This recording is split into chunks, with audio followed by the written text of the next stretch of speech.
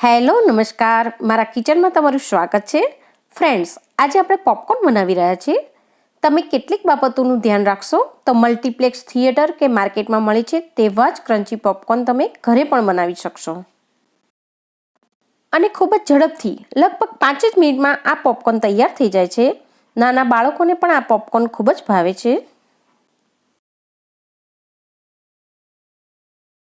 માર્કેટમાં 2 પ્રકારની મકાઈના દાણા મળે છે. મોટા અને ચપટા દાણામાંથી આપણે મકાઈનો લોટ તૈયાર કરીએ છીએ અને પોપકોર્ન બનાવવા માટે નાના, ગોળ અને ભરેલા દાણાવાળી મકાઈ લેવાની છે. માર્કેટમાં ખૂબ જ સરળતાથી મળી જાય છે. હું અહીંયા જે કઢાઈમાં પોપકોર્ન બનાવી રહી છું, અહીં હું 2 ટીસ્પૂન બટર અને 4 ટીસ્પૂન જેટલું શીંગતેલ લઈ રહી છું. બટરથી પોપકોર્નનો ટેસ્ટ ખૂબ જ સરસ લાગે છે અને ઓઇલમાં તમે પોપકોર્ન બનાવશો તો તેની ક્રન્ચીનેસ પણ ખૂબ જ સરસ તૈયાર થાય છે. પોપકોર્નને એકદમ ક્રન્ચી બનાવવા હોય તો તેલમાં ડૂબે તેટલી જ મકાઈ લેવાની. મકાઈમાં 1 ટીસ્પૂન જેટલું મીઠું અને હાફ ટીસ્પૂન જેટલી હળદર એડ કરી દઈએ. હળદર એડ કરવાથી પોપકોર્નનો કલર ખૂબ જ સરસ તૈયાર થાય છે.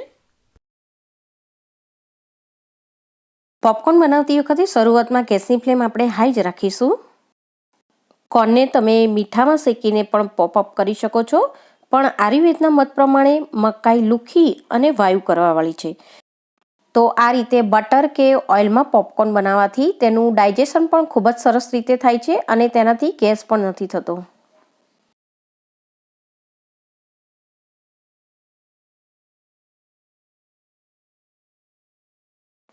લગભગ 2 થી 3 મિનિટ પછી કઢાઈ એકદમ ગરમ થઈ જશે અને મકાઈના દાણાને આ રીતે શેકીશું એટલે તરત જ કોર્ન પોપઅપ થવા લાગશે.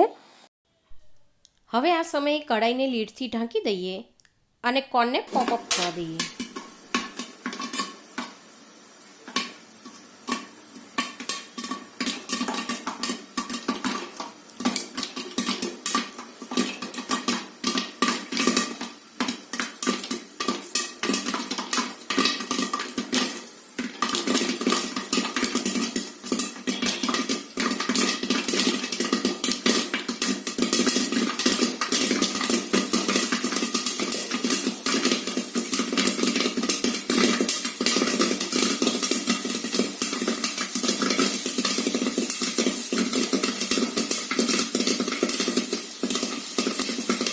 હવે અહીં લગભગ બધા જ કોર્ન પોપઅપ થઈ જાય અને અવાજ થોડો ધીમો થાય એટલે તરત જ ગેસની ફ્લેમ પણ આપણે ધીમી કરી દેવાની.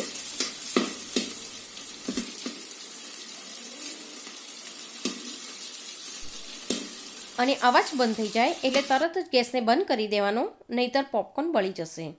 તો હવે આપણા પોપકોર્ન તૈયાર છે. આપણે ખોલીને જોઈ લઈએ.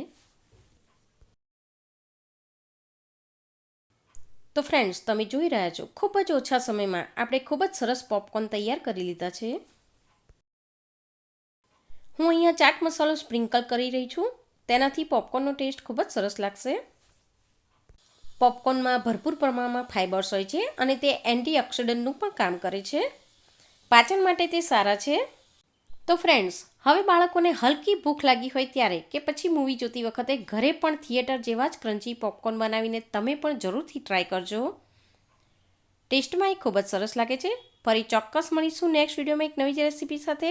Thank you.